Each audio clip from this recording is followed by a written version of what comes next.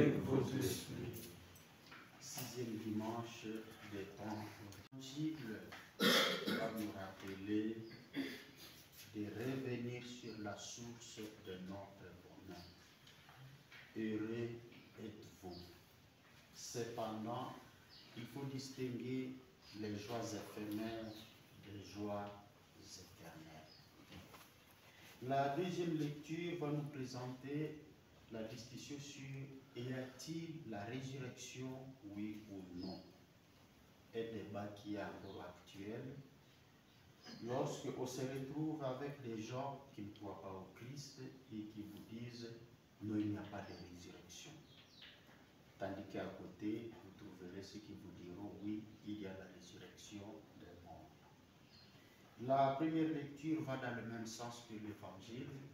Ne mettez pas votre confiance dans un mortel. Mettez votre confiance dans les valeurs éternelles. Nous allons commencer cette célébration à demander pardon pour toute le foi que nous avons mis dans notre Dieu. Et que Dieu Tout-Puissant nous fasse miséricorde et qu'il nous pardonne.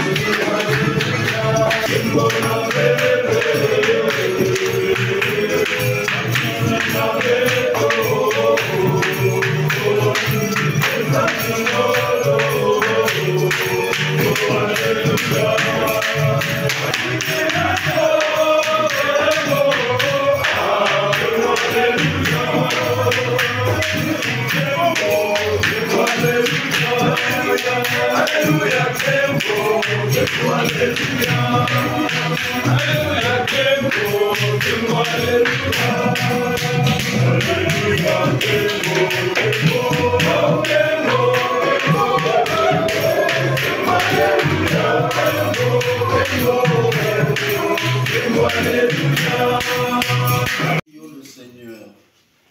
Seigneur Dieu, tu as promis d'habiter les cœurs droits et sincères.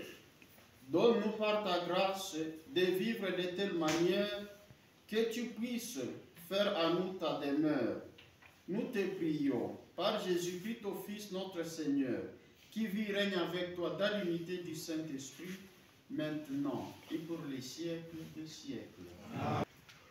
Liturgie de la parole de Dieu. Première lecture.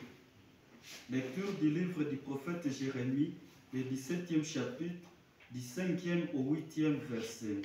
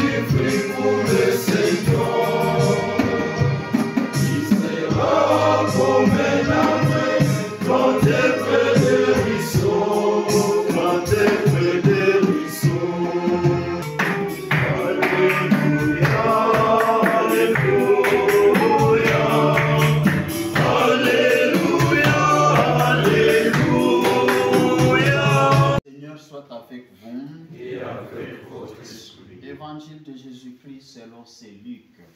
Gloire à toi, Seigneur. Acclamons la parole de Dieu. Louange à toi. Pour faire l'objet de notre méditation de ce dimanche, le premier élément, la source du bonheur, et le deuxième élément, c'est la foi à la résurrection. Le premier point, la source du bonheur. L'Évangile nous présente Jésus devant une foule au dit dans une plaine, ouvrant la bouche, et il se mit à parler du bonheur. Heureux êtes-vous. Il aborde un thème qui intéresse tout le monde, car à chaque fois qu'on parle du bonheur, la joie d'être là, la joie de vivre, c'est un thème qui intéresse tout le monde. Il n'y a personne qui recherche le malheur dans sa vie. Le bonheur, c'est parmi les choses que nous recherchons tous. Cependant, le Christ, parlant du bonheur, souligne deux sources du bonheur. Il va parler de bonheur qui a sa source dans les valeurs éternelles, non périssables, et il va parler de bonheur qui a sa source aussi dans les choses éphémères, périssables et qui finit avec la vie. Dans la première partie, il souligne donc ces valeurs, quelles sont ces valeurs non périssables et qui sont la source du vrai bonheur. Heureux êtes-vous qui avez faim et soif de la justice. Heureux êtes-vous qui recherchez la vérité. Heureux êtes-vous qui croyez à. Donc, il y a les valeurs non périssables, la foi, la charité, la justice, l'amour, toute une série de valeurs. Jésus dit, quiconque met sa foi dans la recherche de ces valeurs-là, il pourra trouver le vrai bonheur. Ici, nous nous rappelons le texte de Saint Augustin. Saint Augustin dit, j'ai cherché, mais j'ai senti que je n'étais pas satisfait en moi, jusqu'au moment où j'ai découvert la vraie valeur qui est la vérité. Et lorsque j'ai découvert cette vérité-là, j'ai senti l'apaisement à moi. Et je me suis senti que, en fait, j'étais consolé. Donc voilà la recherche de la vérité, la recherche de la justice, la vie dans la foi, l'amour, la charité. Le Christ nous dit, voilà la source du vrai bonheur. Il dit, mais il y a aussi un bonheur éphémère. Nous connaissons par exemple le principe du carpe diem qui dit, mangeons, buvons et demain nous mourrons. Et c'est ce que reprend la première lecture. Malheur à vous qui mettez votre foi dans un mortel. Et quand demain il ne sera plus là, où allez-vous mettre votre foi? Donc, il y a aussi donc de ces joies-là qui sont là, qui sont éphémères, mais qui sont aussi des joies. La sensualité, la recherche de la satisfaction de nos besoins, ça fait partie des besoins. Mais le psalmiste dit, réjouissez des choses de ce monde, mais sachez qu'après, Dieu vous demandera de rendre compte. Donc, ne nous limitons pas des choses de ce monde. Ne nous limitons pas aux choses de ce monde, parce que derrière les choses de ce monde se cache le Créateur et qui nous posera la question, qu'avez-vous fait de ces choses-là? Et la première lecture, je l'ai dit, nous dit faites attention, ne vous limitez pas là-bas. Donc le bonheur, un thème général, la soif de tout le monde, cependant deux sources du bonheur, la recherche du bonheur dans les valeurs éternelles non périssables, la recherche du bonheur dans les choses éphémères, dans les choses mondaines qui s'arrêtent avec la vie ici-bas. Exactement où est-ce qu'il puise. Deuxième élément de réflexion, méditation sur la résurrection. Lorsque nous confessons notre foi, nous disons, nous croyons à la résurrection. Nous croyons à la vie après la mort. La deuxième lecture nous présente que cette confession de foi n'est pas un acquis. Il y en a qui doutent et il y en a qui croient. Et c'est ça que ce Paul rappelle. Comment pouvez-vous continuer à douter? Comment vous ne voulez pas croire? En effet, si nous prenons une réflexion un peu éphémère, la matérielle, sur la résurrection, il y a de quoi douter. Je me rappelle qu'à Kinshasa, un camion qui chargeait des carburants avait fait un accident et il y avait des passagers qui étaient au-dessus, presque une quarantaine de personnes. Tous avaient brûlé, mais rien n'est resté. Et les gens se disaient, mais vous qui dites que vous croyez à la résurrection, cette fois-ci, êtes-vous sûr que de ces cendres où on n'a rien récupéré, même pas un os, même pas quoi, êtes-vous sûr qu'ici, Dieu ressuscitera quelque chose?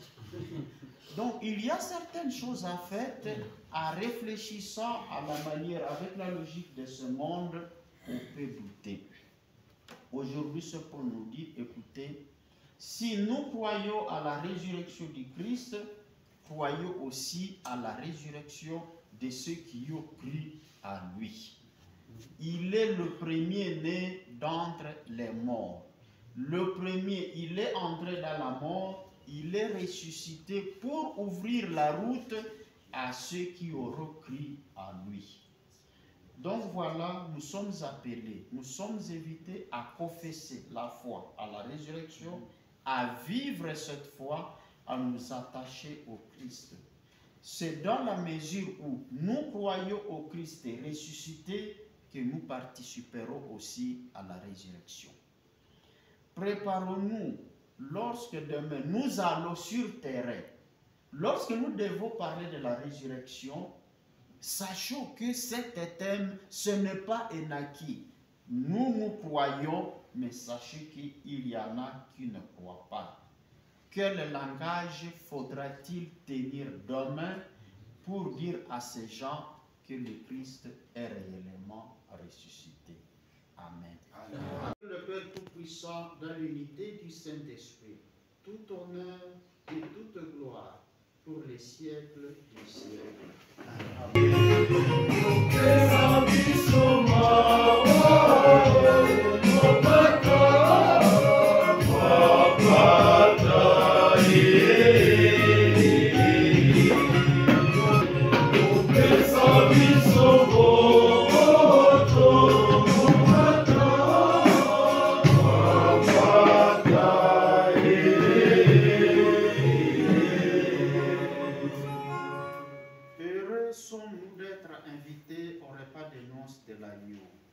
Voici l'agneau de Dieu. Voici celui qui enlève le péché du monde. Seigneur, je ne suis pas digne de recevoir, mais dis seulement une parole, et je serai guéri. Que le corps et le sacrifice que nous recevons la vie éternelle. Prions encore le Seigneur. Tu nous as fait goûter, Seigneur, aux joies du ciel, et nous te prions. Donne-nous de toujours désirer ce qui nous fait vivre en vérité par le Christ notre Seigneur. Amen. Le Seigneur soit avec vous. Et avec votre esprit. Et que Dieu Tout-Puissant nous bénisse et nous garde, le Père, le Fils et le Saint-Esprit. Amen. Alors il demeurera dans la paix et l'amour du Christ. Nous rendons grâce à Dieu. Et à chacun au dimanche. Merci, Père.